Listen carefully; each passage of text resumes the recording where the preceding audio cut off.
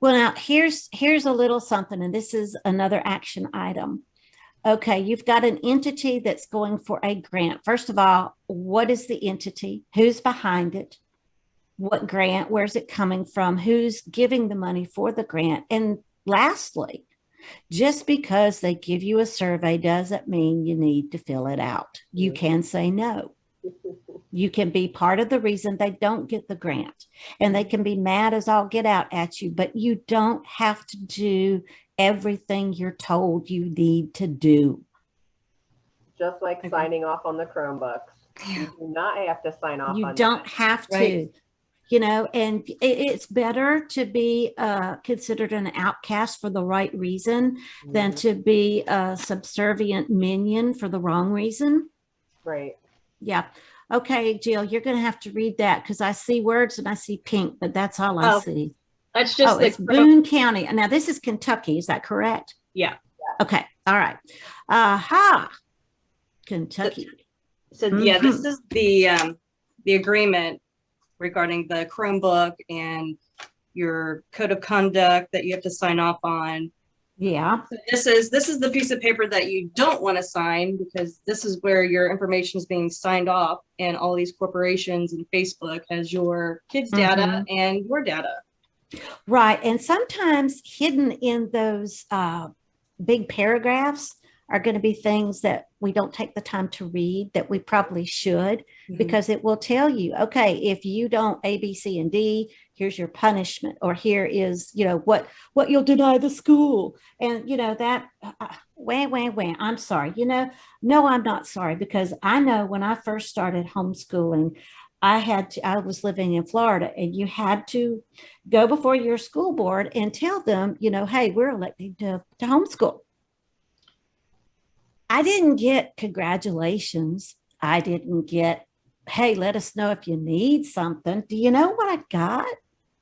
Fussed at, because I was costing X number of dollars that the school couldn't have. Now, at that point, for 3 children, it was around $15,000. You don't want to know what it is now, because it's probably quadruple that. But the point of it was by doing the homeschooling, we actually saved money that the school didn't need to use for us, but that's not how they spun it. We were denying children services because we were not putting our kids in the system. So, what's the point in that? Well, here's your government view. You're not worthy to have your family, but we'll take your kids and we'll turn them into a cash cow for someone else. I was going to mention that to you. I do sit on a state education council, Uh-huh. and they had announced a couple months ago that they got approval to get funding according to the 2019-2020 enrollment numbers. Yep. Knowing that by the beginning of the school year this year, there were minus 30,000 students attending public schools. But not only did they get that funding for this year, they got approval to get that 2019-2020 funding for next year. Yeah. Yeah. And the emergency funding that was given to every state in the name of education relief because of COVID is pumping out millions and billions more to each state to cover the loss of learning. And part of what is going in with that agenda is the fact that it's giving the school the right to come and micromanage your family in the name of student success. So because after all, in all this quarantine, we don't know if you've got enough to eat, and we don't know if they have enough schoolwork. We just don't know where you are. We have to know where you are. We have to. Really? Are you the SS now? Sorry, I didn't mean to be sarcastic. In the ESSA funds, ESSA. Yep. Our county, Boone County, got over $17 million.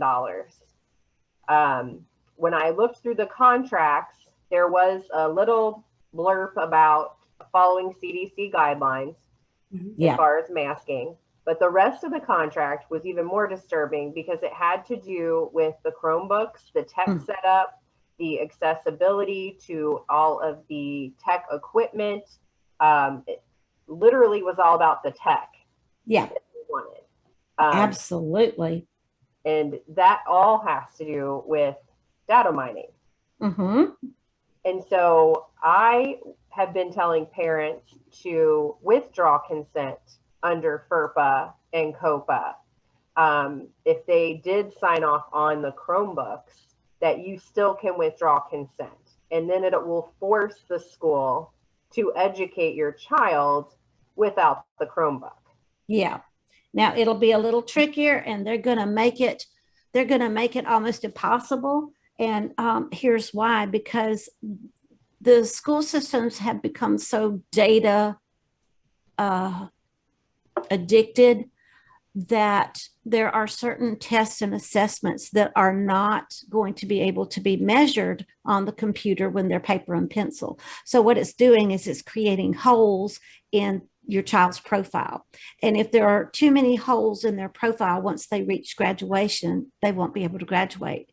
And the reason I know this is because there was at least 2 families from the state of New York, probably about 2 years ago, that contacted me. They were in such a panic because the school was telling them that their child could not graduate. And I said, why? Well, we opted out.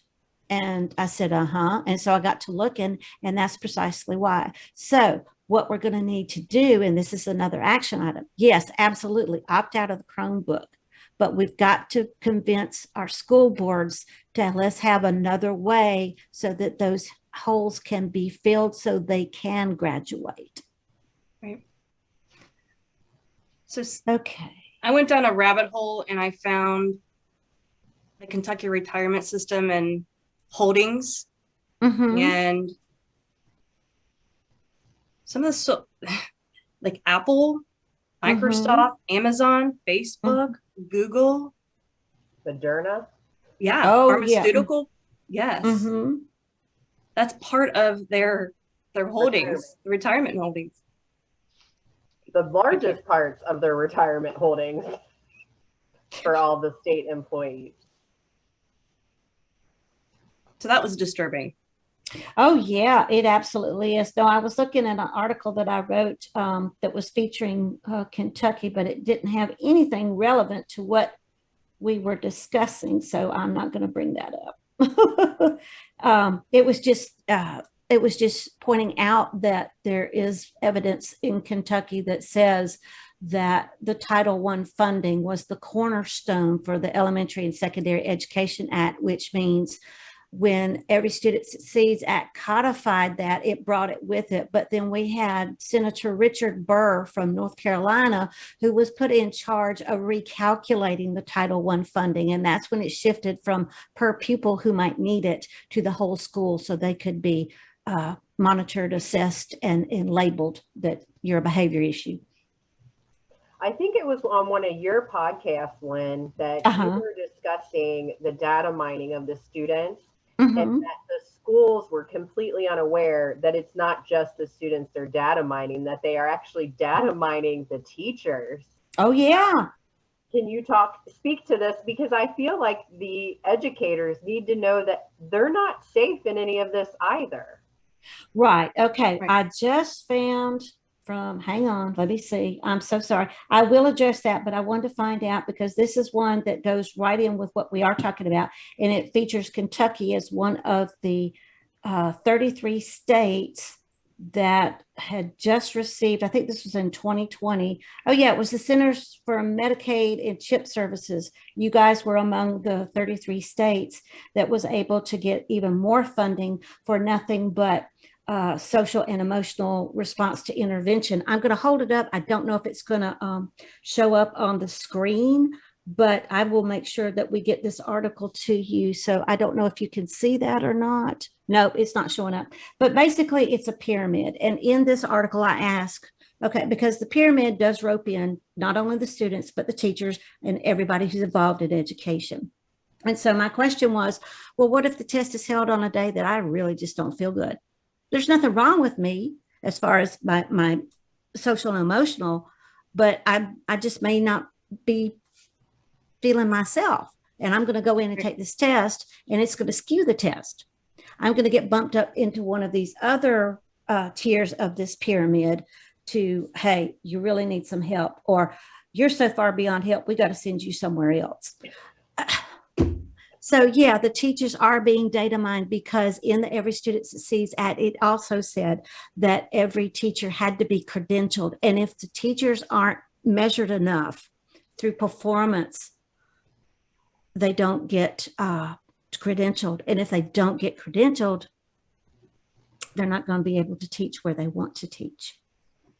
But why would they want to teach is my question, because if you look at the Common Core machine, as I call it, it is so ruined and bastardized education that teachers who wanted to do this for their living, to give back or to just help inspire, they're not being able to be that inspiration, because the system is dictating this is what you're going to do. And it's so out of their wheelhouse.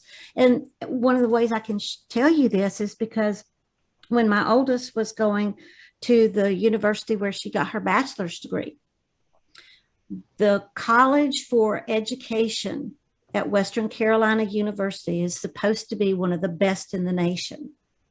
And she had made friends with some of these people. And of course, very few of her fellow classmates knew who I was and what I did. And she would call me up and she'd go, Mom, there are all these kids, and all they've ever wanted to do is teach, because they had a good teacher. And they're coming out of the classroom and they're bawling. And I said, why? She goes, because they're being told they have to teach to tests. They have to teach to agendas. They're not going to be able to go in and do what they wanted to do, which is what they saw modeled for them, which I know is what I saw when I went to school. And that was, as long as your teacher got in the basics through the year, everything else was gravy. Yeah. Wow. But it's not that way anymore. Right. This is why we have teachers who are quitting. This is why we have teachers who are committing crimes. This is why we're having teachers who are dying. This is why we're seeing kids who are dying, because the stress to perform to the test is literally killing them. Being labeled something they're not is killing them.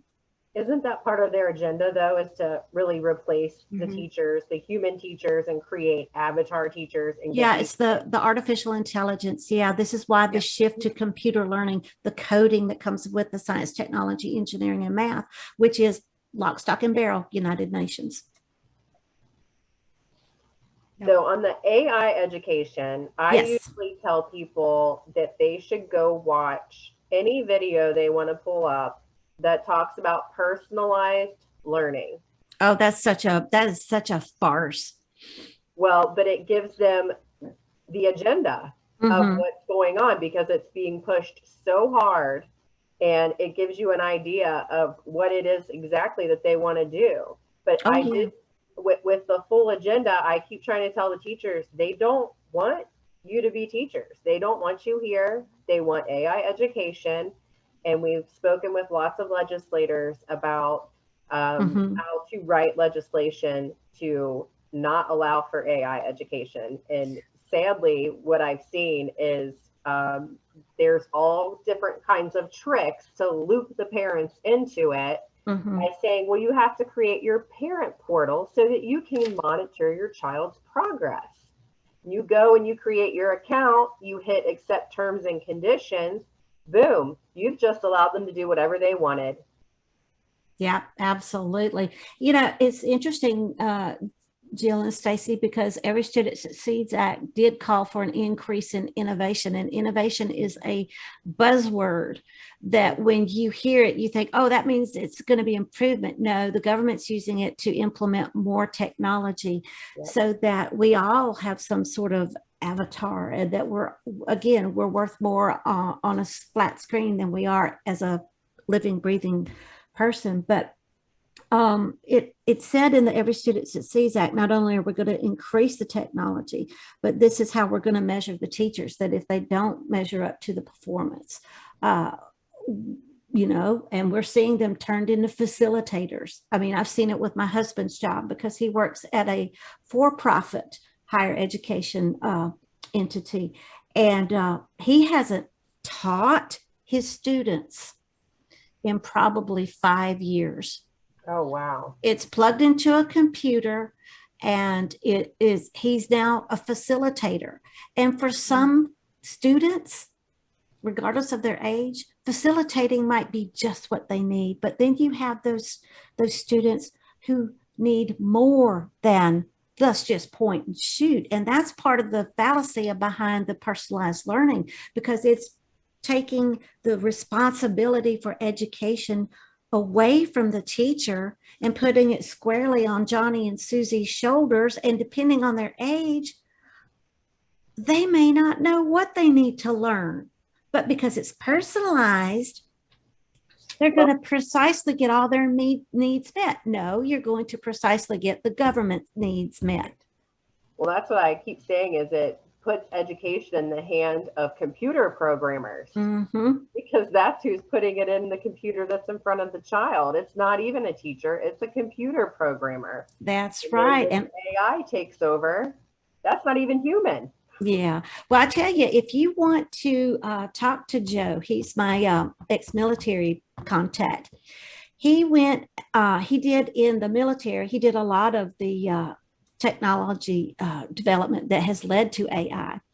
And he is working very hard on exposing the damages and dangers and what we, the people, need to know about, because it is very sinister. And he went on after the military to work for several of the gaming companies, the software gaming companies that have built all these algorithms to measure you to no end.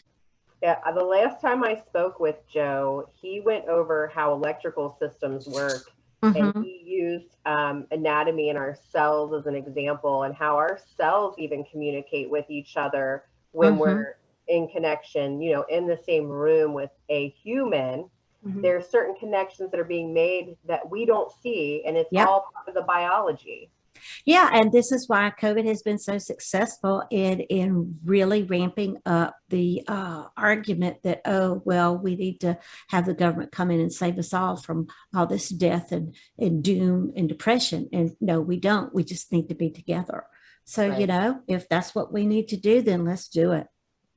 The only one that stumped me just a little bit was the RTI 2.0.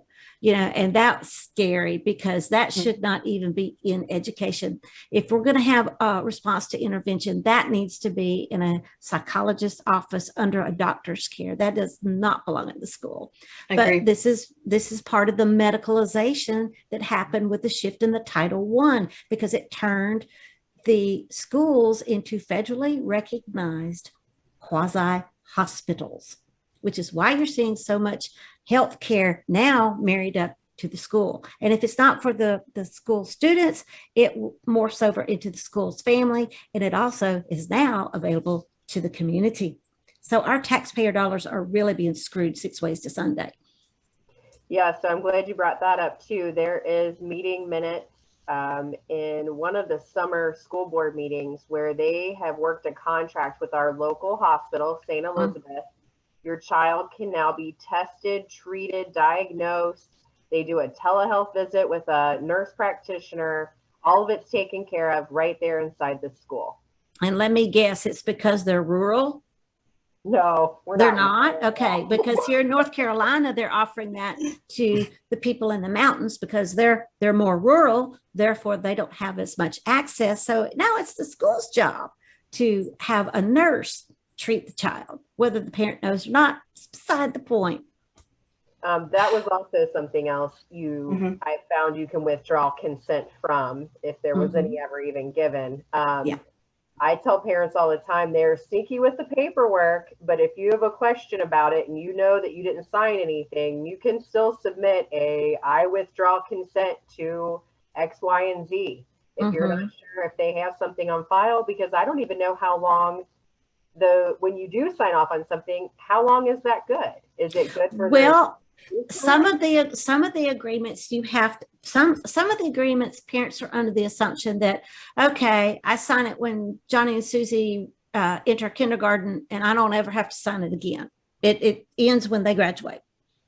No, it's an annual contract. Okay. In some places. Now, in some, it's as long as the child's in the system. Others, it's an annual. So absolutely ask, okay? Absolutely ask, how long is this contract for? And instead of having contracts written so that you can opt out, flip the script and ask or start saying, we want an opt-in option. Because what that does is it puts the responsibility not on you, but on the school board. And here's why. If you have a contract and it says, Lynne's going to opt out of a Chromebook, I just made myself a target for the school system. If I have the contract written, I want to opt in to get the Chromebook. Not only am I not a target, I might still be a target, but I won't be as big of one. But I'm letting you know that right there is my consent. And if I didn't opt in, you don't have my consent. And that's what we should really be doing, because it works very much in a parent's favor to have that leg to stand on to say, I didn't sign that paper, therefore I automatically opted out. We are not to be included in this. And you would see more parents willing to do that than to feel the pressure of, oh gosh, if I don't sign opt-in, Johnny and Susie are not going to get in head school and all my friends are going to know about it and the teachers are going to pick on me, which yes, all that will happen. But do you see the shift in power? We noticed that. We were looking at the FERPA laws and the COPA laws and the all the privacy. Right. And we noticed that they had informed the superintendents, it was a letter specifically to the superintendents, that there was a thing called active permission and passive permission. And passive permission is what you're talking about, where if you don't want to participate, you have to fill out an opt-out form. Where active permission was you actively sign off on whatever permission you're asking for from the child. But we noticed that we were not ever given FERPA privacy information. When you sign off on the Chromebook, that information is not even in there that you're signing off on. Right. It'll be probably hidden somewhere in the code of conduct or the student manual or something like that. And what I've seen on a lot of school websites is you have a separate place for the parents to go that will give them very little information. And then you have the student book, and sometimes the student book is never seen by the parent. It's just like when they bring you these Chromebooks, the parent doesn't get to see Johnny and Susie's textbook. They get to see a computer. And what the school system knows about this is the reason why they don't want you to have the textbook is because if you saw the textbook, you'd go, oh no, my kid's not learning this. But that's one of the things that they sneak in when they put in these technology devices. And I'm going to tell you, conservatives and liberals both profited heavily off the insertion of a one-on-one initiative. And the reason I know that is because our former lieutenant governor ran on the thing of, oh, I helped stop Common Core. No, he didn't. But he pushed, because a big tech company contacted him, he pushed for the one-on-one initiative, which means a device in every child's hand, starting at age whatever. And don't tell me that it was just a liberal. No, he got his hands greased very well in that deal. And look at what it did. Conservative or not, it put that big data mining machine in that child's hands. And you just said, as a conservative, you're okay with that. it doesn't make you different from the liberal. It makes you a rhino. It makes you, Yep. just as bad, because what I've found in the research, especially with all these congressional bills, whether they have the R or the D behind them, and every once in a while you'll see the I for independent, go to opensecrets.org if you ever doubt an elected official's money trail. And it will tell you the PACs, it'll tell you the corporations, it will tell you the types of industries that are contributing to this person. And then go look at their own website, because here's what they love to do. They love to brag on what they've sponsored or co-sponsored. And you can read for yourself their stance on education, on healthcare, on all this garbage. And you can see plainly in front of you, okay, well, this person's not anything like I thought they were going to be.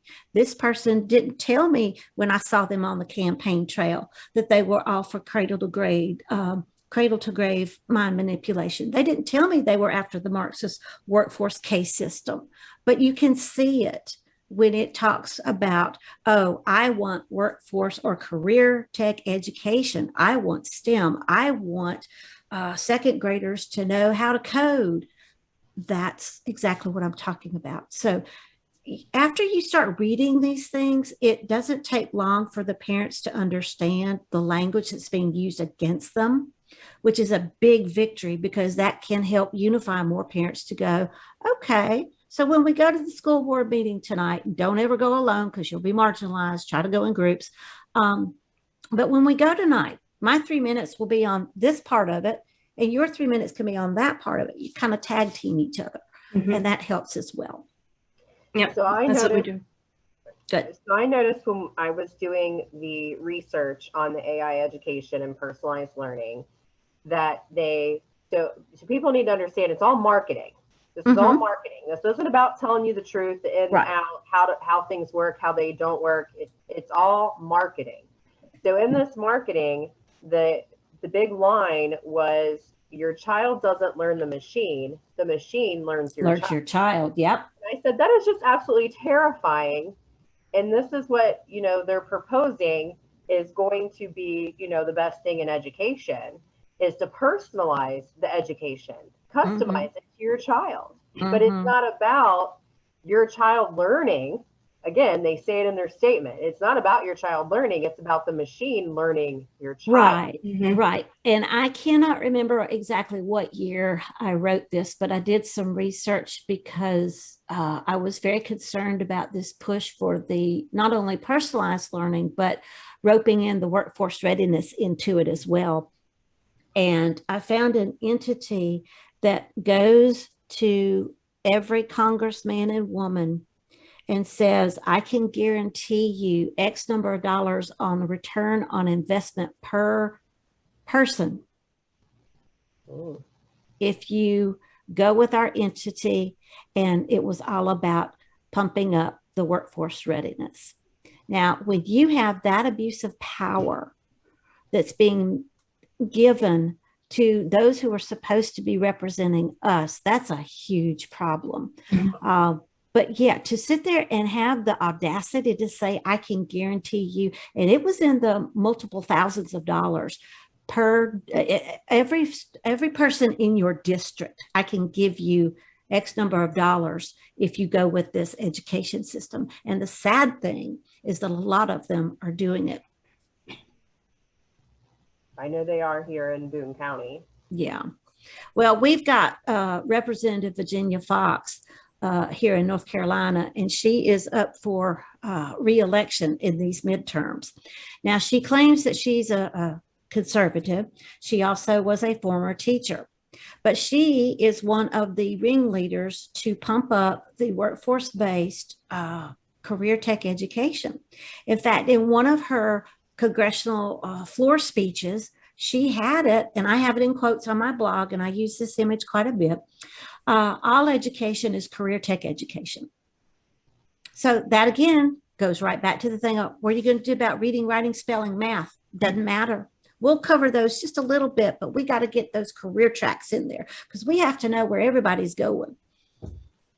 Which is also why they took out doing any cursive. These children don't know how to read cursive, nor do they write very well. The penmanship is terrible. Right. Well, when you've got kids who are now in their 20s and they cannot make change for $1 if the computer doesn't tell them what that change is supposed to be, that is a big clue to how bad the math is. Mm-hmm. And we All right. really appreciate your time today. Thank you so Oh, much. thank you so much. And this is the first show. Now, how often are you guys going to be on air?